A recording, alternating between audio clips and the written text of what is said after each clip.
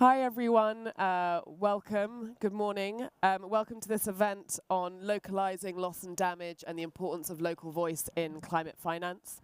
Welcome also to everyone who's joining us online, and thank you to ODI for hosting us here today. Very quick housekeeping for those of us here in the room. You'll need to turn your headsets on. You should find a button at the bottom. Please raise your hand if you're having any problems. And also do remember to leave your headsets here when you go and not take them with you as you continue your day. So welcome everyone. My name is Sophie Rigg.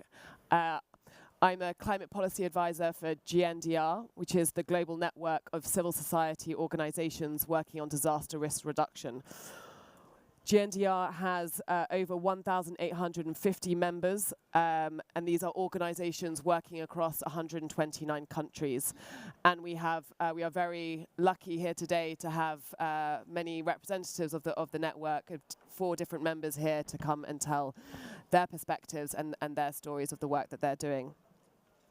So this session will provide space for civil society leaders working with communities very much on the front lines of risk and climate change to share their experiences and expertise and recommendations on localizing loss and damage. And during this session, CSOs and GNDR members from the Global South will share very much how they're experiencing loss and damage on the front lines and those experiences of those really living at the front line of loss and damage. And we'll have also a specific focus on conflict-affected and fragile states as well. So a huge welcome to our panel, and we will turn over to them shortly. But first, I'd just like to really reiterate the importance of local communities in decision-making and how essential that is to climate policy and to the negotiations here at COP29.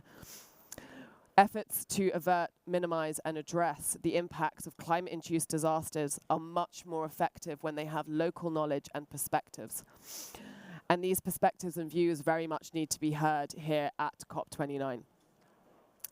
And at GNDR, we have sort of 3 key policy messages for this COP. And the first one is that funding must be made available to fill the loss and damage fund. It is brilliant that we now have a fund, but the fund will not be effective unless we have large contributions that meet the scale of the needs. So that is our first key policy recommendation. The second one is very much around the need for communities on the front lines of the climate crisis to be provided with the resources and financing that they need to respond and to build resilience. So this is very much about the importance of finance reaching that local level. And then thirdly, it's about the importance of civil society being listened to and meaningfully engaged in climate policy and action at local and international levels. So as we bear in mind those policy recommendations and the context in which we find ourselves in here at COP29, we'll shortly sort of kick off with the experiences of our 4 members here. And we'll divide this this event into sort of 2 sections. We'll first hear from each of the members here today on their perspectives, and then we will move to a Q&A and a discussion part of the session. And we also have the privilege of having Mr. Ali Sirim, who is the climate advocate and special envoy to Vanuatu, to COP29. And we are very delighted that he'll be providing also the final reflections and recommendations and his perspective at the end of the event. So, but first, before we launch into the perspectives of GNDR members, I'd just like to hand over to the climate policy lead within GNDR, Mr. Adesu Kosovi, who will come to speak briefly for 5 minutes just on the importance of localizing loss and damage and the importance of local voice in climate finance. So Adesu, would you please join us up here for your remarks? Thank you. Thank you so much, Sophie. I hope you can hear me very well. Can you hear? Can you confirm? Thank you so much. So thanks, Sophie, for the opportunity. Okay, thank you. And as Sophie said, my name is Kosovi Adesu. I'm working for the Global Network for Disaster Reduction. I'm the regional lead in Africa. I would like to adopt another approach in this session. So we will dig a big dive on the, we'll deep dive, sorry, on the key wording and facilitate what we mean, the understanding of what we mean, especially when it comes to including local people. So the first question I have prepared is, what do we mean by local voices, or what do we mean by local actors? And my reflection have taken to this kind of answer, and please disagree with me if you really don't think so. So for me, the knowledge and the reflections of indigenous and local actors who have developed their relationship with the nature, and who across generation have acquired and transmitted some important knowledge from generation to generation. That's what I understand by local voices. So it's about knowledge and mainly reflections who have been transmitted through, different channels, including education practices. And some of this knowledge are confirmed by the science. Others are secret and are only transmitted through practices that are characterized by very specific group.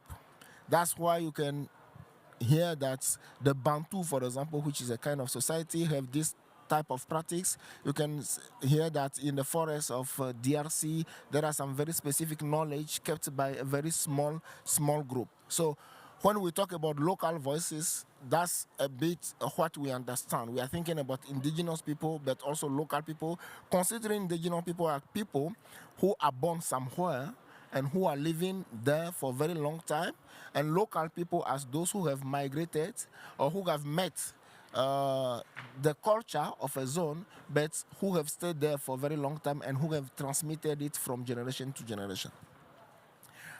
I have also prepared some postulates today. So the first one is that global space around the key questions that affect the planet has for very long time ignored or minimized the participation of local actors. They are generally considered as beneficiaries, and their point of view are ignored or excluded from the decision-making process as it is currently. When it comes to financial resources, essentially, the financial resources governance, the situation is even worse. The local actors, despite their situation, do not meet the criteria of global funding mechanism.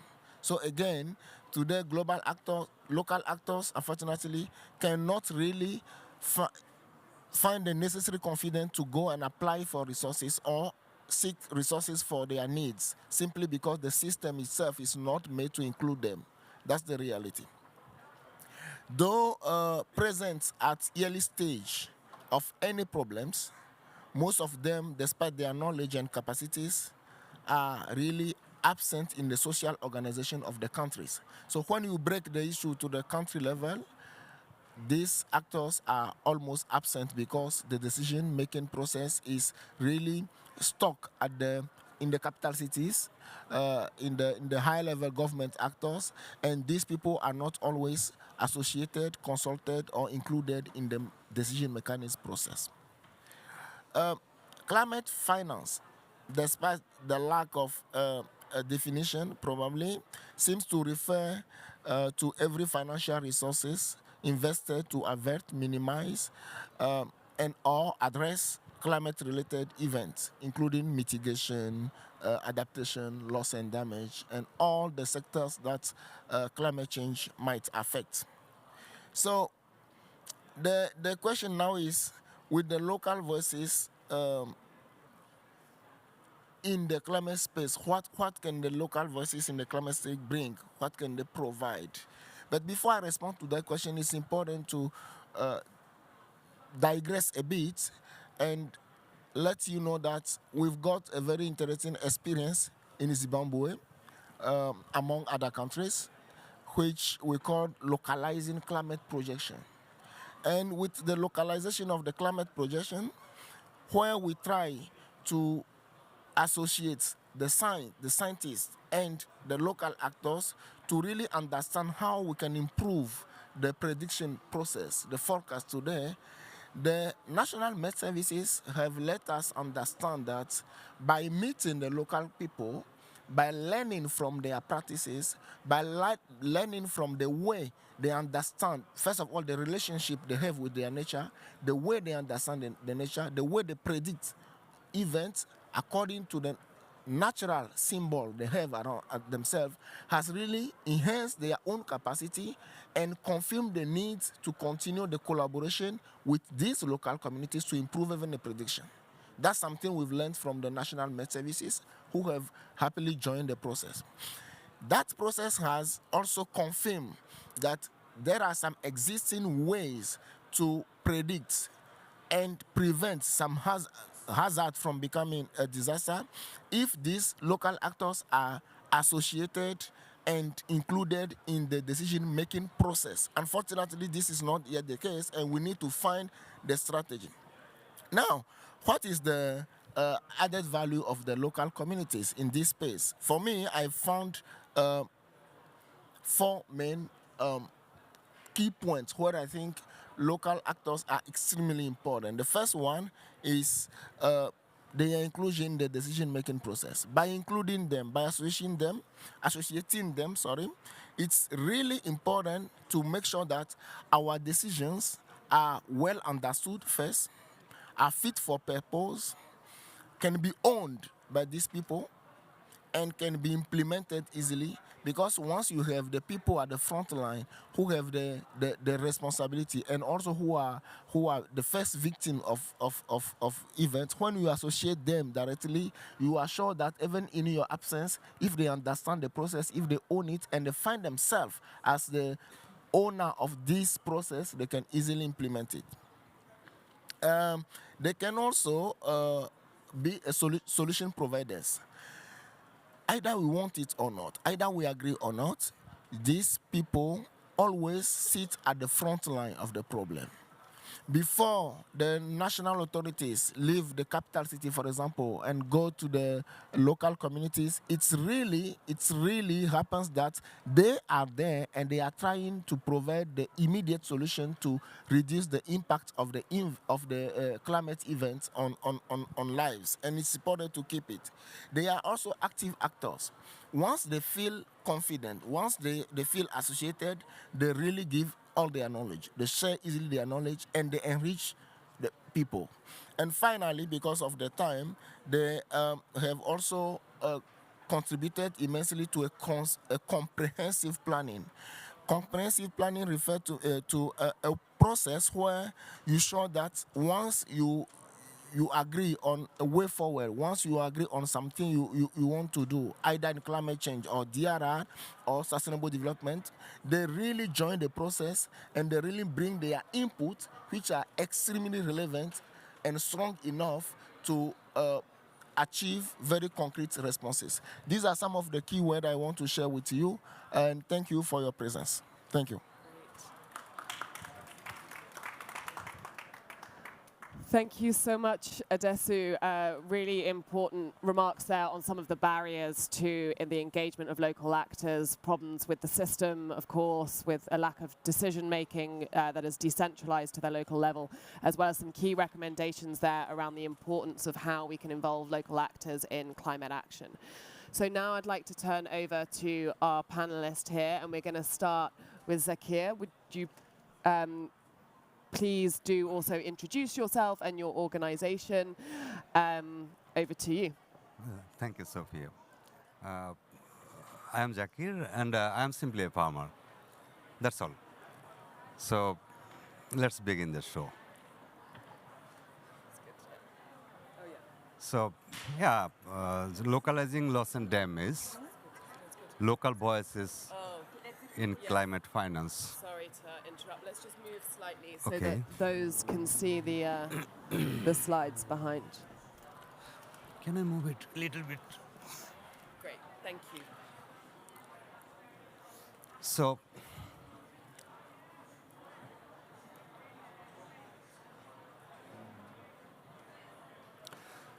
we had a canal beautiful canal. It's called Shimulbhanga, and it is more than century years of old. But on one side, the mini irrigation project came up, and they put the small dam. It was said that after the season, crop season, I mean the winter crop season, rice season, they will remove the dam, but they didn't. They didn't care. So it stayed there, and our canal is going to be dead.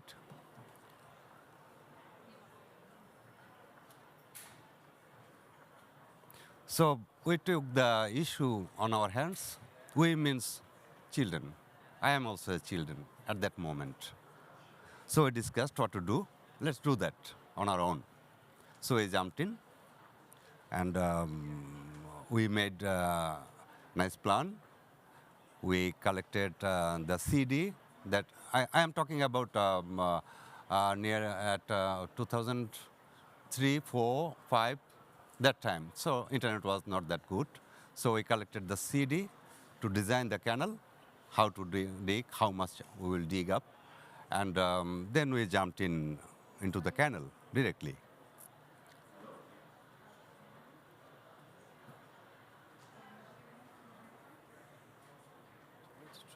Okay. Yeah. So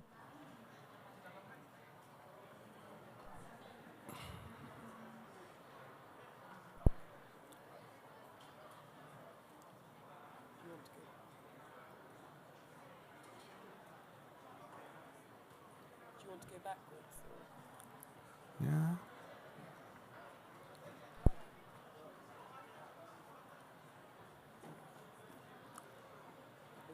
Like, Oh yes. aso kada kada. Yes, yeah. So we just started kada to asa do kada that. kada. And আমরা কাটে বলাবো কাল। mind it, we didn't have সব money. এক লগে পারবো না, অল্প We অল্প করে didn't কাটি। have lunch, but we did এই it. বছর 5-7 কাটবো, সামনের বছর আবার 5-7 করবো, বুঝি দাও। So we started to dig. কোদাল the লাগবে, তার canal আগে কি for- লাগবে? First year we started সাহস to লাগবে, হ্যাঁ, এই বল put লাগবে। the flag so that we সাহস could লাগবে। mark that we will হ্যাঁ। do this part this year. So maybe 10 feet or 20 feet, whatever it might be, doesn't কি matter. হলো? So we put the flag, and the Yeah, flag no. is in fact, the idea is to put the pressure on the local government, on the community people, so that maybe they will join hands with us. অনেক That was অনেক our idea and our plan. অনেক। So we put the flag in a festive mode, and the elders, they were observers, but they had a quite good insight of our works. So local government, they feel some shy pressure, and yeah, so they did the canal renovation on their own. So we didn't have to dig the canal, but the canal is done. So we had good time, and we have sports there, competition there. But in 1 year, the other end of the canal, Shimulbhanga, development came up with a smaller bridge, half of the canal wide. And the water passage was more half of the bridge. So it is stuck, and our canal is gone.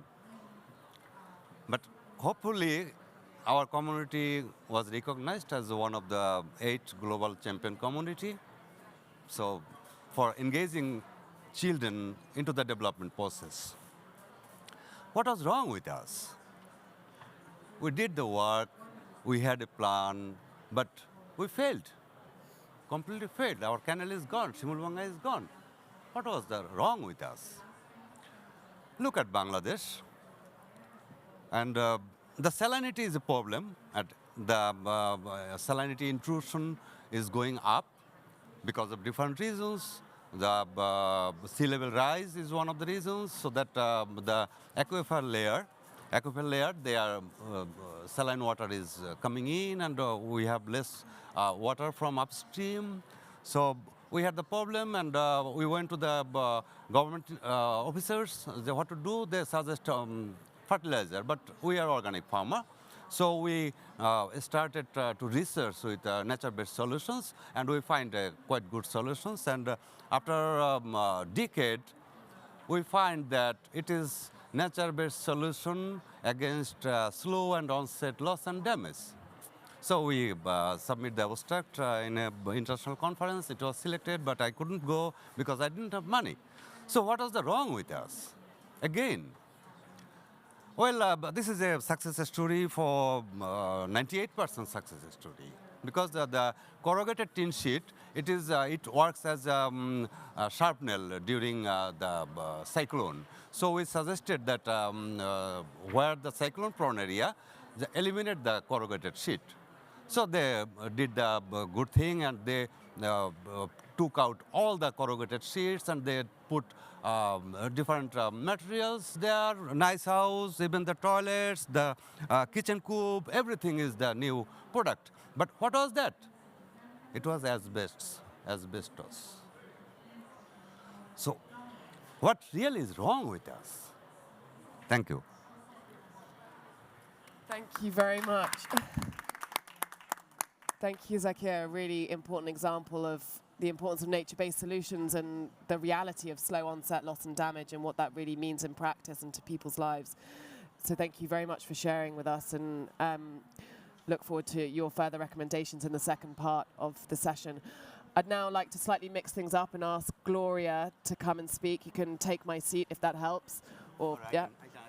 No, it's fine. And Gloria's from Nigeria, from Bridge That Gap Initiative. Over to you. Thank you very much, and a very good morning to everyone seated here. Sorry, I couldn't make any slides, so No. I'll just speak to it. Okay. I think this is a very big opportunity for me to speak. Particularly, like to share a story. It's very easy to share a story because it's just what is happening around. And Nigeria, where I come from, the threat of climate change is no distant at all. It's evident already within the communities. They are already experiencing it. So it's no news at all. The climate change. So these are not my stories, but stories of people that we have worked with in communities. So first, I'd like to take us to the Niger Delta region in Nigeria, in the lush green wetlands of the Niger Delta, particularly in Bayelsa State, where I met Priye, who is a farmer, a fisherman, and whose family have relied on the rich resources from the waters as their source of livelihood. But unfortunately, the rise in sea levels and the floods in Bayelsa and the oil spill have affected the waters there. So you can imagine it yourself. You can tell that they have lost their livelihoods. And each night, he is worried about what happens to him next. His children don't really even understand, why he's always worried at night. But of course, he's scared of the floods. He can't even tell when the floods will come. In 2020, there was devastating floods in Bayelsa State. 2012, we had devastating floods as well. That was 10 years interval. And that has always left him with a burden.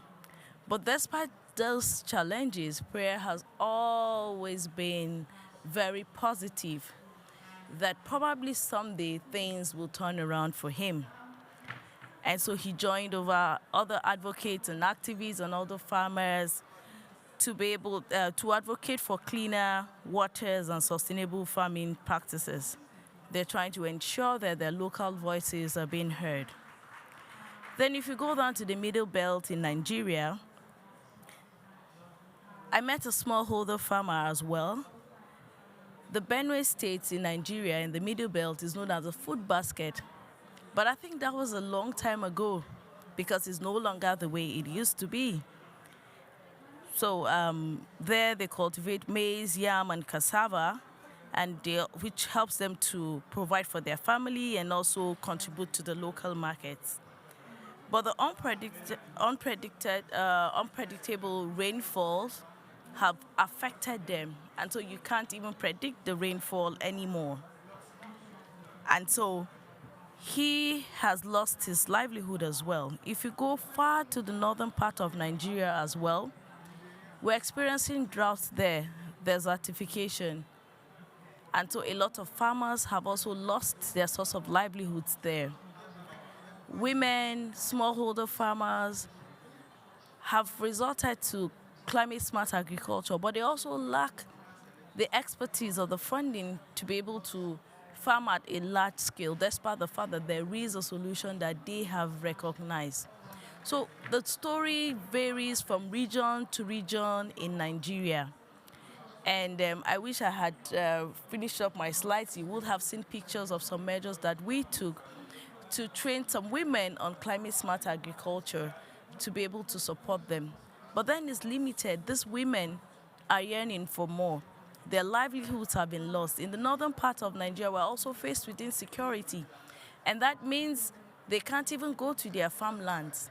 So, I mean, the impact is just too enormous for them to be able to bear. They have the climate change and they also have the insecurity with the farmer headers. But of course, even the farmer headers clash is as a result of the quest for natural resources to be able to feed their cattle. And so the impacts are just there. But then there are always solutions to that. And we're hoping that our voices someday will be heard, that local knowledge will be incorporated in the solutions to disaster and also to climate change. And then capacity building will be provided, climate to access finance, and then they can also promote inclusive participation and then encouragement of local partnerships amongst them. So their hopes are high, and that someday something will be done. Thank you. Thank you so much, Gloria. Yeah, very descriptive of the different challenges that Nigeria is facing in the different regions and the number of different climate impacts that you're experiencing, from desertification to floods. And of course, the important role of women in local action. So thank you very much for sharing those very human stories. And now I'd like to pass over to Marie-Thérèse from Lebanon. Please, please, over to you. Good morning, everyone. I'm honored to share with you the story of those in Lebanon who are living at the front line of the climate crisis amidst the compound challenge of displacement, conflict, and economic instability. We are aware of the devastating losses brought on by climate change, losses of homes, livelihood, culture, heritage, and in the most tragic cases, lives. The community on the front line are the one facing this impact daily. However, their role is often limited to bearing the consequences, not guiding the solution. For finance mechanism to be truly effective, they must be community-led, with local voices driving decision on allocation, monitoring, and outcoming.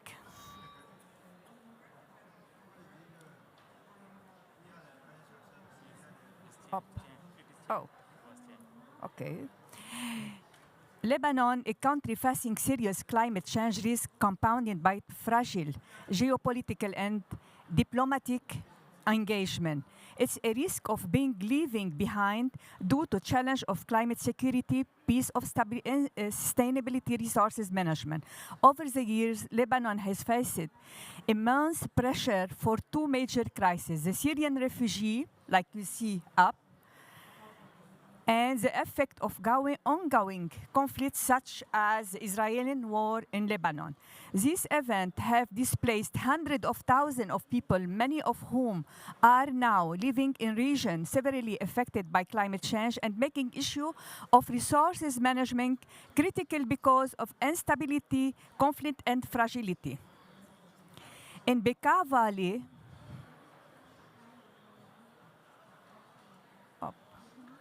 why doesn't?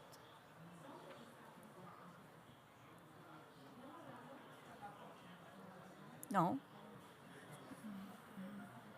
In Bekaa Valley, for example, once a vibrant agriculture hub, both Lebanese farmer and Syrian refugees face the dual challenge of unpredictable rainfall, drought, and the dwindling resources due to adaptation and resilience resource risk from climate change. The scarcity of water due to climate adaptation and resilience risk has made nearly impossible for farmers to cultivate their crops, while displaced Syrian families struggle to secure even basic necessity. In the context, the displacement caused by the war and the refugee crisis has compounded the already severe impact of climate change.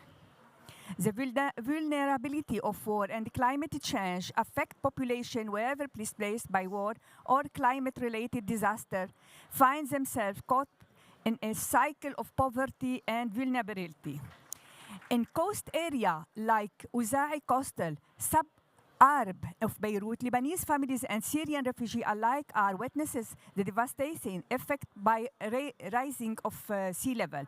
Coastal erosion is displacing communities from their home, and many refugees already living in precarious condition are now facing the risk of losing everything once again. The stories highlight a critical issue. While these communities are on the front line of climate change, their voices are often excluded from the conversation around the climate finance and adaptation. It is imperative that those who are most affected, displaced population, and most community alike are given the opportunity to shape the solution and to directly access resources needed to adapt to their new realities. If we make little recommendation before the big recommendation, from these frontline stories, we can identify key action that must be taken to address both the climate crisis and the humanitarian needed of displacement population, setting up inter-regional collaboration, South-South, North-South, and triangular cooperation for delivering policy and project cooperation to strengthen the governance of and mechanism for implementation of loss and damage program, creating network peer-to-peer and participatory governance within the framework of project preparation and financing for innovation and prosperity. Here, my recommendation: empowering displacement community and host population as decision maker, provide direct access to climate finance and displacement communities, build resilience through integrate humanitarian and climate action, ensure transparency, accountability, and inclusivity. In conclusion, if we are to tackle the climate crisis effectively, we must empower those on the front line, including displaced people, refugees, and host community. Lebanon is a living example of how climate change, conflict, and displacement intersect, and how crucial it is ensure that local voices lead the way. Let's make sure that climate finance works for all communities, especially those most vulnerable, so they can build a sustainable future despite the many challenges they face. Thank you. Thank you. Thank you so much, Marie-Therese. I mean, a really important example from Lebanon at the moment, especially with everything going on there, and big solidarity to everyone in Lebanon at the moment. It really highlights the importance of integrated programming as well, and integrated policy. You can't look at climate change in isolation, but need to see it within the wider context and how it intersects with conflict and many other challenges that Lebanon is facing at the moment. So thank you very, very much for sharing and for being here with us today. And now I'd like to pass over, would you like to come take my seat, to Azmat? Please, over to you. Good morning, ladies and gentlemen. And it is always a bit difficult to reach this early for the sessions, going through all this security and all these things. So first of all, I thank you so much for making it to come here today. My name is Azmat and I work with FRD, Foundation for Rural Development, a local NGO in Pakistan. Because I have to tell you two stories, so instead of taking more help from the PowerPoint presentation, I will try to be direct with you. The FRD, we operate generally in the northwest of Pakistan, which is the Hindu Kush mountain region. And just like 40 years ago, life was very normal. We used to have normal rainfall, and our farmers used to grow like wheat and maize and different vegetables, and everything was fine. But then some of our friends somewhere in the world, we don't know where, but they decided that we want to become rich and we want to like burn more fossil fuels and all these things, and we want industry. So they started emitting carbon, and our people still don't know why we don't get the rains like we used to get the 40 years ago. But the rainfall patterns have started changing now. We generally do not get rains. It is mostly dry. And just a few days a year, we get rains, but they are not rains. In English, they say it is raining cats and dogs. But in our area, we say that it is not raining. Someone is just putting over the buckets of the water on this area. And the area in which we operate, it is mountainous area, hilly region. So this slopes like this, and as soon as the rainwater strikes, it becomes a flash flood. So we don't generally have water in our areas, but sometimes we have a lot of water which is flood and we cannot control. And when we sit with the communities, first, like if it is not raining and you go to a community and ask them what is your first priority need, they say like we need to have some water, like drinking water. And when it is like the rainy seasons, like 2 weeks or 3 weeks, so you sit with the communities and ask them what is your highest priority. They say like we need some protection from these floods. So we sit down the community, and I thank DSO for making the stage for me and bringing the scientific knowledge with the indigenous knowledge and mixing it up. So we sat with the community, we tried to go beyond that value, and then with access to some scientific knowledge, we got to know that we can have some contribution with just one intervention which can address sort of both the problems. And that was the intervention which you people are seeing, although this was a humanitarian project where we were providing the conditional cash grants to the people. But the people told us that, and we actually, the scientific knowledge told us that on these steep slopes and in these gullies, if we just can slow down the flow of the flash flood and provide more opportunity to the ground to absorb some water, so at least the underground water table will get improved and the people will have access to clean drinking water even when it is not raining. So the people constructed just like with their local traditional knowledge. This is just dry stone masonry. It doesn't stop water permanently, but it just like whenever there is flood, these structures slow down the flow of water. And you can see now this is, it is, by the way, all the pictures and videos which are shown here are never taken by FRD or some professional photographer. You might like see something very strange about it, but all of these are taken by the communities with their mobile phones. And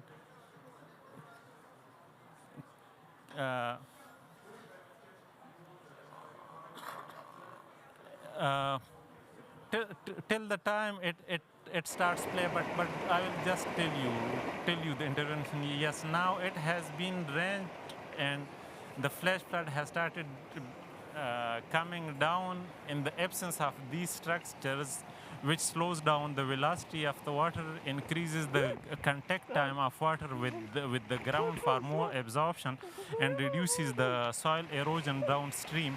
So this is a combination of the local knowledge. The technology is local. We have not brought anything from outside. This is a completely nature-based solution. The stones are lying over there. No cost, no carbon emission, and bringing the solutions from Australia or Germany or somewhere, like just in those villages, these resources were there. So that is one issue and one story associated with this. So this is a small intervention of the community with the scientific knowledge, but it needs sort of upscaling. Then someone asked me that in 2022 floods, you presented one of your intervention had it help like reducing the floods. And I told them, look guys, like the area of Pakistan is like 796,000 square kilometers. And we had the resources for implementing this intervention hardly in like 4 square kilometers. So we need to upscale it. The other thing, like the fragility and the conflict, due to this reason that the rainfall has changed, the springs are dying out, the aquifer water is going down. Now the communities have started greed for having control or access to the water sources. There had been like lands and the springs which were owned by the communities. No one was individually owning them. All the communities were getting benefit of them. But because the water is drying out, everyone has the needs for drinking water, for washing and all these things. So now the tensions have started increasing, and there still are opportunities within the communities. There are systems within the communities on which we can build up, and we can sort of go for more peaceful coexistence and cohesion if we can implement interventions like this, so that the water is available everywhere and we just like prevent conflicts from happening. And thank you so much for listening. Thank you so much, Azmat. Really important examples there of nature-based solutions, and including that scientific and local and indigenous knowledge together. Really, really valuable insights. Thank you very much. So I think we'll now move to the second part of our session, which hopefully will bring in our audience. So please do come ready with your questions in a minute. And whilst you think about what you may want to ask of our panelists, I'd first ask each of our panelists to please provide sort of one key recommendation on how to really engage communities on the front lines of the climate crisis, and how to strengthen those effective, to strengthen climate actions with that local engagement at local and global levels. So maybe I could ask you to each sort of have one key recommendation, and keep it relatively punchy and short. And let's see, shall we start with you, Zakir? Are you happy to go again first? Okay. Over to you. Well, the question I put to the audience, that what was the wrong with us, why we failed in 3 initiatives. And it is not an initiative of 1 year or 2 years. It is long initiative, and we had put all our local knowledge, all our devotion, all our efforts, all critical planning, politics, everything was involved there, and we succeeded up to a certain level.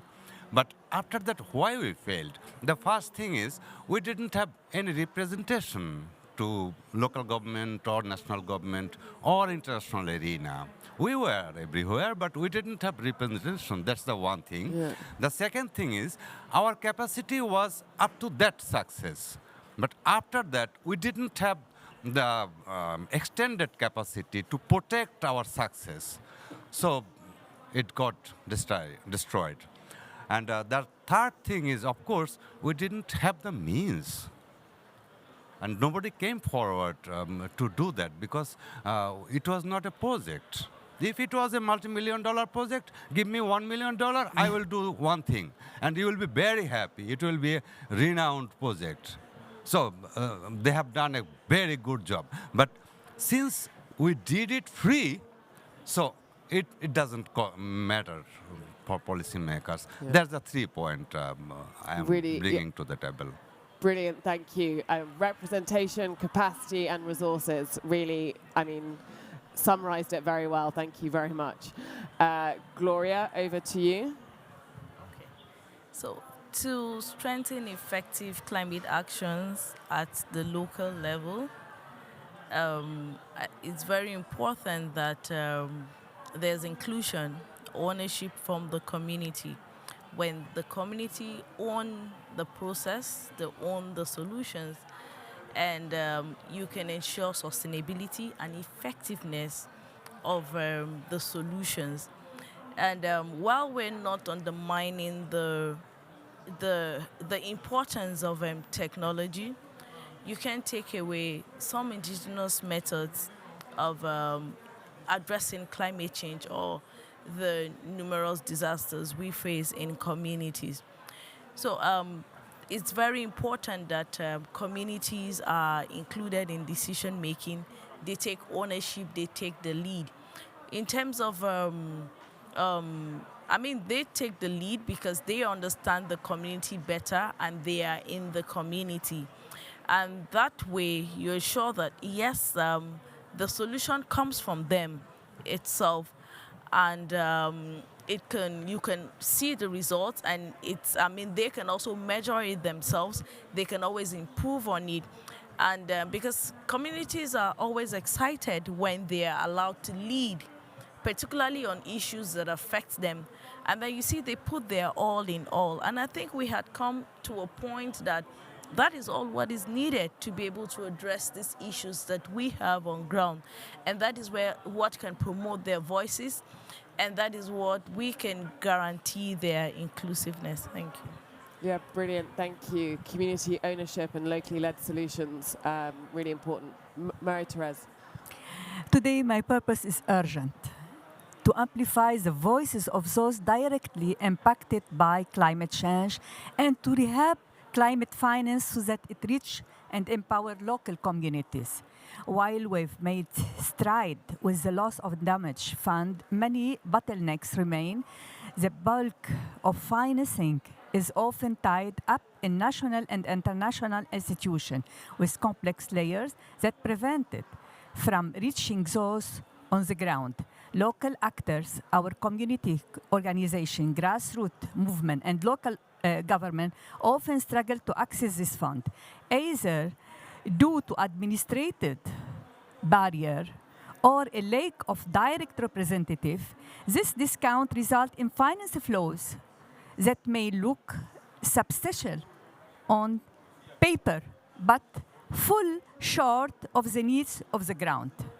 Solution: to achieve real progress, we must address three barriers. First, let's prioritize direct access to funds for local organizations and reduce the heavy administrative requirements that create unnecessary barriers. Second, it's essential to establish participatory decision-making structure that include community representatives. Local voices must not be sidelined. Instead, they should help shape climate finance goal, especially on allocated and adoption strategy. Third, we need mechanism for accountability and transparency that work both ways, ensuring funds are used effectively and that communities have a role in tracking and evaluated outcome. In closing, I urge all of us here to advocate for a transformative shift in climate finance if we are to address loss and damage effectively. The people impacted must be empowering to lead this effort. We call on national government, donors, and international institutions to trust in the capacity of local communities and to recognize their indispensable role in this process. Together, we can pave the way for a climate finance model that truly supports those it aims to serve by localization, empowering, and ensuring that every voice is heard. Thank you. Yeah, very important and very relevant to the negotiations at the moment, the importance of making sure that climate finance reaches that local level and that there are systems in place that allow that. So I think, yeah, very important, particularly at the moment. So I would now like to just open up to the audience for any questions that you have. But before we do that, we will go to Azmat. Apologies. Apologies. Please, over to you. No, thank you so much. Yesterday in the plenary session, the UN Secretary General, Mr. Antonio Guterres, made a statement that climate finance is not a charity, it is an investment. And building on that, and if we have learned just one lesson, now following are my words, the Antonio Guterres words ended here. If we have learned just one lesson from COVID-19, it is this: we cannot hide. We cannot hide from each other as human beings, regardless of how much we close our borders, and climate change is yet another thing. But Mr. Guterres said that it is an investment, not a charity, and no investor in this universe will invest their money in a place which they don't know, in a market which they never lived in a place where they do not have a direct interest in. So the climate investment needs to be done directly with the local actors who face the impacts of climate change on a daily basis on their lives. And this should not be a tokenism or tech purpose. Yes, local actors were there, so even they have put their sign and they have received, like, how did they contribute to the decision making? Not a donor deciding in their logical framework analysis that this is the objectives and this is the outputs and outcomes and these are the activities and these are the inputs. Yeah. The outcomes, outputs, objectives, goals and activities, everything of the climate adaptation, climate mitigation, loss and damage need to be decided by the local actors in a real manner where they are the owners of the decision making. Thank you. Yeah, thank you very much. Hugely important, that meaningful engagement, and certainly not tokenistic, and how investment needs to flow to that local level. So now the audience has had multiple warnings that we're about to start the Q&A. So now over to you. We have a roaming mic for any questions for any of our panelists. Please do come in. And maybe introduce yourself briefly before. Yes, please, over to you. First of all, thank you very much for all the insightful presentation and speech. My name is Hyung-gun Ji. I'm a PhD researcher at ISS in the Netherlands, Erasmus University. Maybe I want to give a question to all of you. From my point of view, when you talk about the localizing or localization agenda, I think it's really important to define the local, because the local is not the homogeneous entity. If we go into the local community, there are multiple actors. We are obscuring this multiplicity. So I want to ask you, who is the local, and then how do you define it? Great, thank you. Who would like to take that question? Pass that back. I think it might need to be turned on. Thank you so much for your question. And yes, this is specifically after the 2016 World Humanitarian Summit, when this buzzword localization has come to market. So I personally have seen like more than 50 definitions of the local actors. But for us, the grassroots civil society organizations who had been working within our communities, whether the funding is available or not, whether the international government is looking to us or not, whether we are on the media screens of CNN and BBC and those channels or not. So the local actors, Mr. Adiso actually sort of touched in his introductory remarks, specifically the indigeneity and like longevity. But for us, like as of, at least for myself and my organization, the local actors and the local people are those people who are living anywhere and who are experiencing the impacts of climate change. And for us, we do not have even a year or whatever. Like if a community is coming to my area just 2 months back, they are refugees or IDPs, but they are facing the impacts of climate change on them. We still consider them the local actors because they are sharing the same problems and opportunities as the local actors do have. Thank you. Well, in brief, everybody on earth is a local people because he or she comes from a locality. So when he or she considers himself or herself as people from the locality, he is a local people, she is a local people. That's clear. Yeah. So just to add, there are times to the definition, there are times the local people are referred to the indigenous people who have a culture that they have depended on over the years. And most times they are always, they have this great connection with nature, the indigenous peoples. So, I mean, that's just what I want to add to all the definitions. Brilliant, thank you. We'll now go back to the audience for any further questions. Yes, please, over to you. My question is, Zakir, for you. I was really impressed. I was really impressed about your question. What is wrong with us? Why us? Why you are blaming ourselves? Why are you putting all the pressure on us? I know you, I know your commitment, I know your hard working with your community. Why are you blaming yourself? Why are you phrasing this in that way?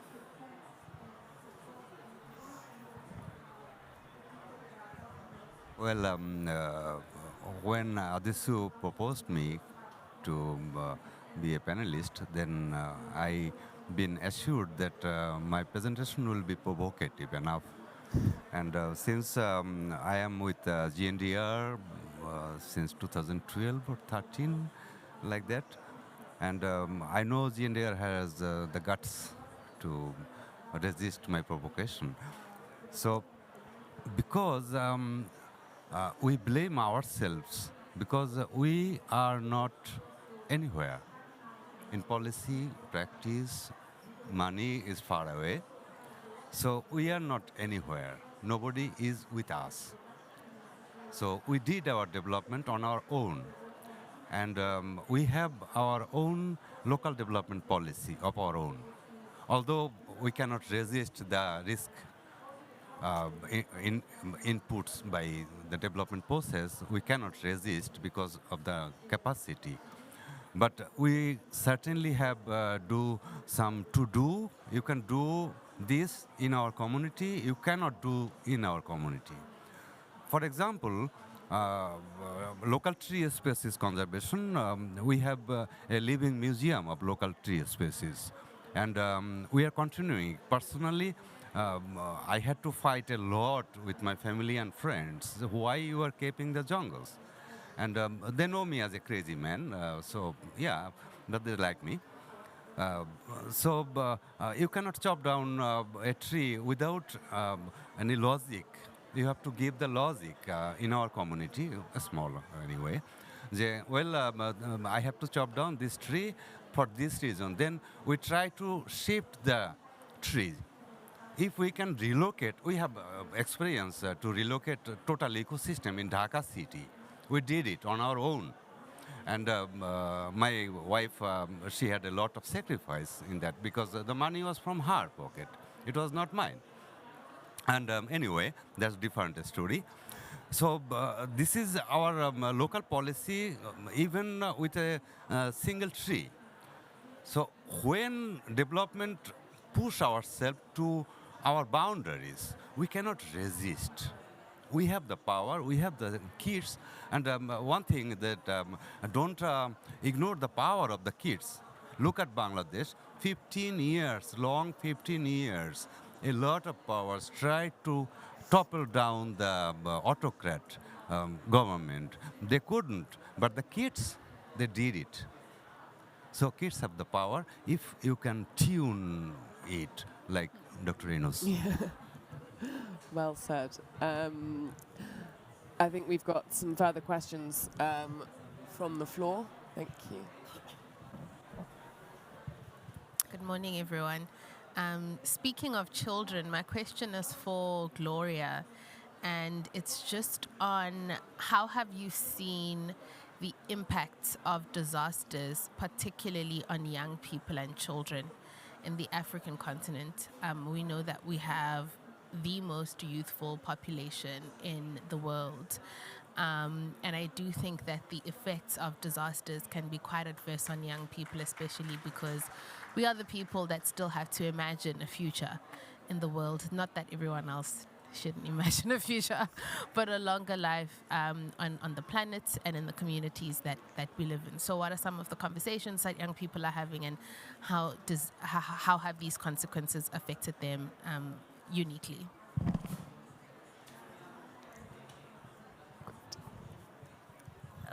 Thank you very much. So having worked with young people and then also children within communities and also women as well, I think one of the main effects of disaster is forced migration for young people. You find that a lot of young people are probably impatient or they lack the capacity. It boils down to the technical expertise to be able to stay back and to fight back, to be able to cushion the impacts of disasters.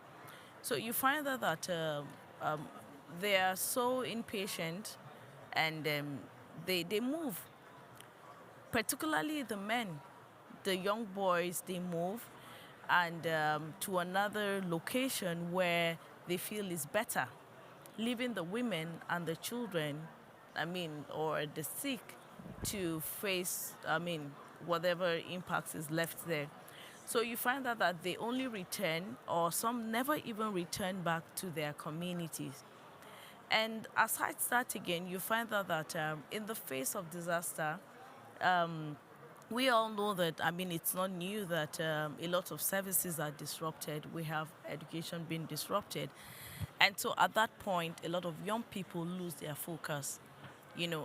Probably they have plans of going to school at a particular time and reading a particular course. And our dreams are always huge, and so this gets disrupted.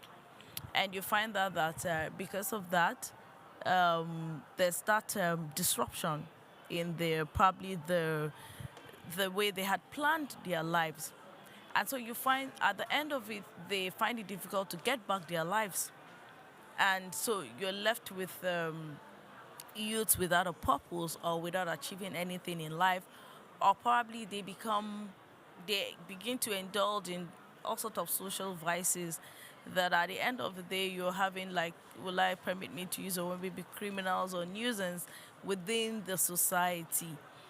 And so that also make life unbearable the more, because when you have young people that are meant to be able to build resilience and come up with solutions to help mitigate the impacts or cushion the impacts are not available. So you're left with probably the women who are not at the forefront of decision making, and probably children that are not of age for decision making or probably to take local actions within the community. So they are left, they are the ones that are left to be able to face whatever is on ground. And at the end of it, you find out that there's just no one taking action. So the young people have the energy, and I think in this era, we have the social media and we have our circle of friends to also learn from. But in the absence of all that, you find that there is a huge gap within communities within, I mean, in terms of response to disaster. And of course, you can always tell that that also exacerbates the impacts that we face on a daily basis. Thank you. Thank you so much, Gloria. I think over to Marie-Therese to also provide your thoughts on this question. Plus what the Gloria said, I want to add one thing. They affect the young people and the children mental health. We have another problem in Lebanon, not only the climate change, but the war. From 12 years ago, we received 2.5 million population coming from Syria to Lebanon. And now we devastating another problem from the war, from South Lebanon and South Beirut, 1,200,000 people moving from their house. The young people from their dolls, from the family. Many families was die near there. They don't have a house. They don't have a home. It's a big issue. Now, all the people coming from the south stay without schools. Now we have around 400,000 students without schools. And the people receiving this community stay without house because the people stay in the schools. They stay in the church. This is our problem. We have to face big issue. It's affect this student and this young people for many years for later. Thank you. Yeah, I think the challenges that the youth are facing today are huge, to say the least, and a very sobering note to end on. And now I'd like to hand over to our keynote speaker. Please do join us on stage. Sure. This is Let me take my chair. Ali Sarum, who's the climate advocate and special envoy of Vanuatu to COP29. Please, over to you. Thank you very much indeed. Ladies and gentlemen, good morning, good afternoon, and good evening. Thanks to my moderator to introduce me briefly. My name is Ali Sarum and I am a climate advocate. For over 20 years, I dedicated myself to seeking justice and survival for small island states, which are dealing with very similar problems which you mentioned in this panel. Actually, I'm very happy you mentioned about the psychology, because the psychology of small island states people are very similar to conflicted areas and war areas, because their way of life is almost the same, like being in conflict zone, being in war. I began this journey with optimism, believing that the world would unite to address the climate crisis. I was young and I was thinking very naive. I thought that by sharing the stories and voices, those most at risk, I started to understand how difficult the roadmap is during the years. And as time passed, I find myself both disappointed and saddened by the slow baby steps. I think the biggest problem is the baby steps in response to crisis that grows more severe each day. Through my work, I have witnessed firsthand the realities of climate change in frontline communities. Also, there is something I have to underline, that my observation is that the decision makers are not aware of front lines, which is, I think, one of our biggest problems. That's why I'm super happy to meet you here as somebody who is not on the front line. I would like to say, with wrong English, you're in the front line. And I have met children who may never grow up on the land of their ancestors, heard elders recount traditions threatened by forces beyond their control, and listen to leaders fighting daily for a future many take for granted. As we conclude today's session, I would like to express my gratitude to our speakers, participants, for their valuable perspectives. This event has highlighted the severe impacts of climate-related loss and damage on communities whose voices are too often overlooked in these discussions. And I would like to congratulate ODI pavilion for facilitating such thing. So we have heard powerful stories today, including Kosivi, who reminded us people on the front line are the first victims. I think this is very important because we have a lot to learn from the first victims. They know the solutions before anyone. Their message about, what was said was deeply moving, bringing attention to the loss and damage talk. Voices of local people are neglected. We need more crazy man. I think crazy man is good. We need more crazy man for sure. I have to underline. It was a pleasure to listen Zakir, Hussein. The farmer is the best person to tell us what is happening in reality. Also shared that, local government, local elders, how inside and how his community recognizes as a champion. A farmer will influence, and major issues can be affected by a farmer. I think this is really, really important. It's not always heads of states influencing major issues. Another compelling message came from Gloria. Climate change is evident in Nigeria, of course, and your perspective about the Niger Delta and how fishermen are affected was showing the human side of the crisis. Marie-Thérèse underlined loss of heritage, which is horrible. I mean, we all know about when there are conflicts, the heritage sites, etc. And of course, the negative effects of climate change on heritage sites, archaeological sites, monuments, which in your country you have one of the oldest and some of the most important ones. Also, the Syrian refugee crisis and ongoing conflict, of course, is a very crucial issue. Azmat Khan comments about flood control and water shortages. It's so sad that actually we have enough water, but at the same time we have water shortages, and still, we couldn't solve this problem. But how local masonry to build wall structures to slow down water was very interesting. And a little bit criticism about what Secretary General Guterres mentioned about climate, change is not charity and it is investment. It is not charity for sure, but I find this investment word a very sensitive and difficult and dangerous word because, when you say investment, there are specific ways to do investment, which was formed in last 500 years of banking and investments. So Secretary General absolutely is trying to do something positive here without understanding what bankers and money people understand.